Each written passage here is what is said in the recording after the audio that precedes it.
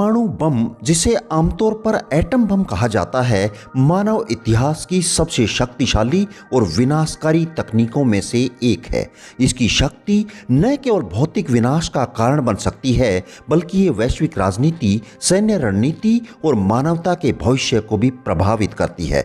आज हम इस सवाल का जवाब तलाशेंगे कि क्या होता है ये परमाणु बम, वर्तमान में सबसे शक्तिशाली परमाणु बम किस देश के पास है और ये शक्ति कैसे हासिल की गई। हम परमाणु हथियारों के इतिहास, तकनीकी विकास और उनके सामरिक महत्व को भी समझेंगे।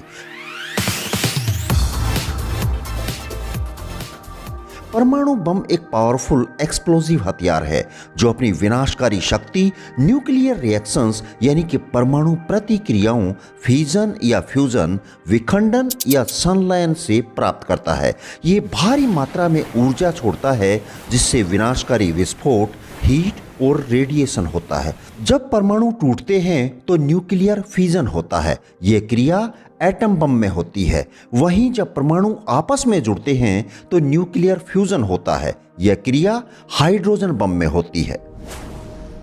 परमाणु बम का इतिहास द्वितीय विश्व युद्ध के दौरान शुरू होता है, जब संयुक्त राज्य अमेरिका ने मैनहट्टन परियोजना के तहत पहला परमाणु बम विकसित किया। यह एक शोध प्रयास था।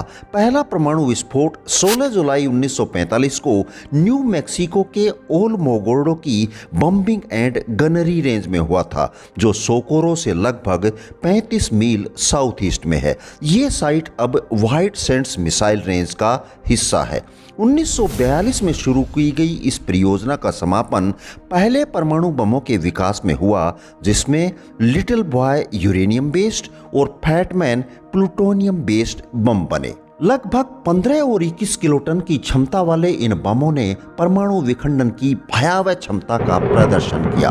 6 और 9 अगस्त 1945 को हिरोशिमा और नागासाकी पर परमाणु बम गिराए गए, जिन्होंने लाखों लोगों की जिंदगी एक झटके में खत्म कर विश्व को परमाणु शक्ति के विनाशकारी प्रभावों से परिचित कराया और जापान को आत्मसमर्पण करने के लिए मजबूर होना पड़ा। द्वितीय विश्व युद्ध के बाद संयुक्त राज्य अमेरिका और सोवियत संघ यानी कि वर्तमान रूस के बीच शीत युद्ध ने परमाणु हथियारों की दौड़ को जन्म दिया।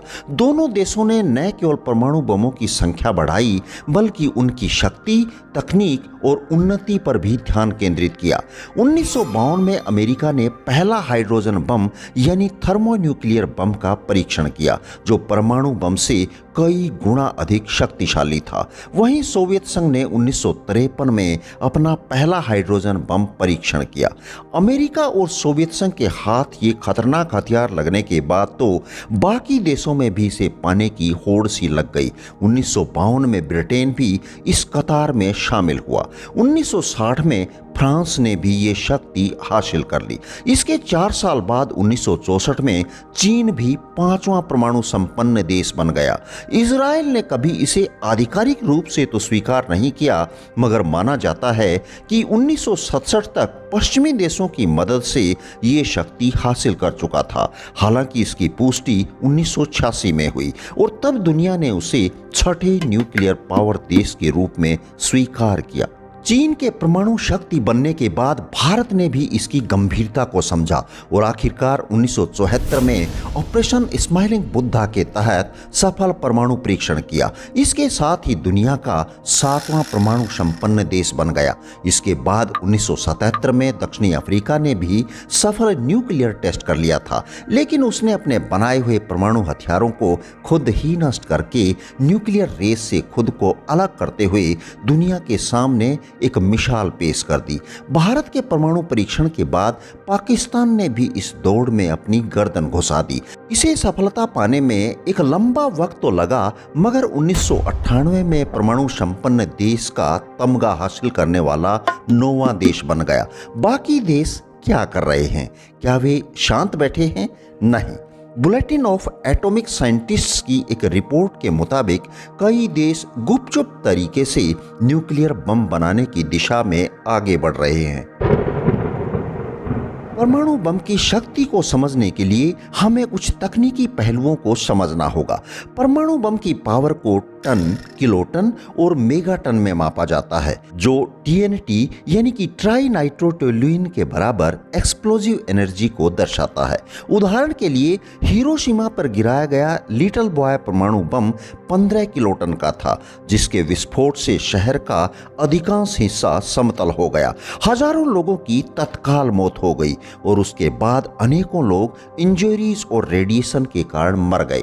इसी तरह से नागासाकी पर गिराए गए फैटमैन परमाणु बम की क्षमता लगभग 21 किलोटन थी, जो एक शहर को तबाह करने में सक्षम थी और जो लगभग 1.6 से 3.2 किलोमीटर के दायरे में इंटेंस हीट, ब्लास्ट वेव्स और न्यूक्लियर रेडिएशन पैदा करके विनाश का कारण बनी। 1949 में सोवियत संघ ने अपने पहले परमाणु बम RDS-1 का परीक्षण किया, जिसकी क्षमता 22 किलोटन थी।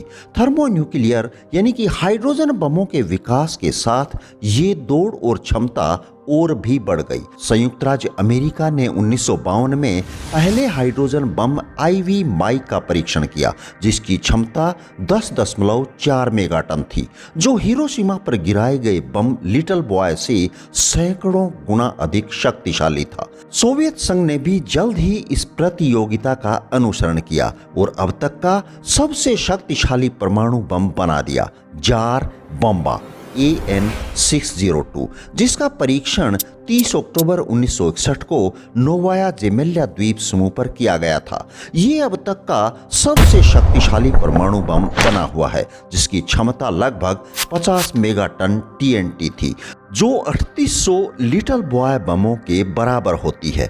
मूल रूप से इस बम को 100 मेगाटन क्षमता के लिए डिजाइन किया गया था, लेकिन बाद में इसका आकार छोटा कर दिया गया ताकि फॉल आउट को रिड्यूस किया जा सके और डिलीवरी विमान की सुरक्षा निश्चित हो सके।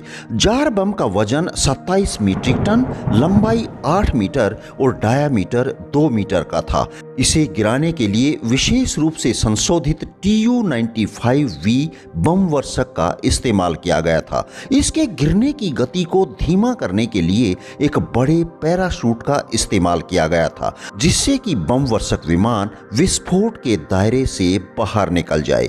जार बम्बा को नोवाया जेवेल्या से 4 किलोमीटर की ऊंचाई पर विस्फोटित किया गया था। विस्फोट से 8 किलोमीटर चौड़ा एक आग का गोला बना, जो 1000 किलोमीटर दूर से दिखाई दे रहा था।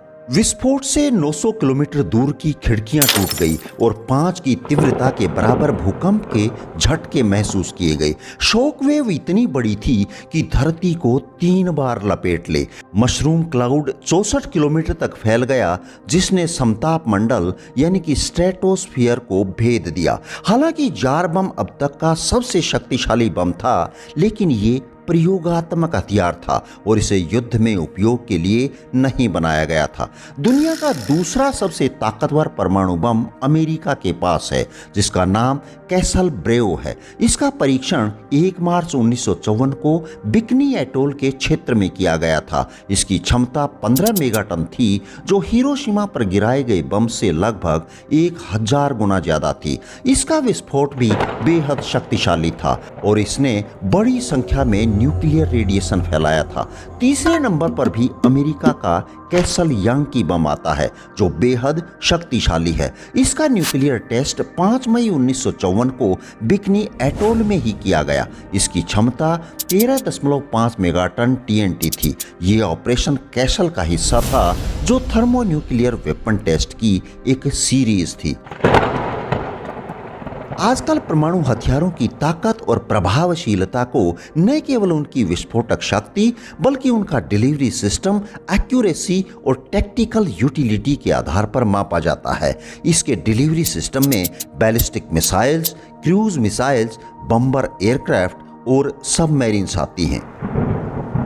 अब यदि इस क्षेत्र में भारत की भूमिका की बात की जाए तो एक उभरती परमाणु शक्ति और जिम्मेदार परमाणु राष्ट्र के रूप में भारत नो फर्स्ट यूज की पॉलिसी का पालन करता है और न्यूनतम प्रतिरोध पर ध्यान केंद्रित करता है। अंत में हम विश्व समुदाय से एक ही अपील कर सकते हैं कि परमाणु हथियारों का उपयोग मानवता के लिए विनाशकारी है। वैश्विक समुदाय को इसके निरस्तीकरण, शांति और सहयोग की दिशा में एक साथ काम करना चाहिए।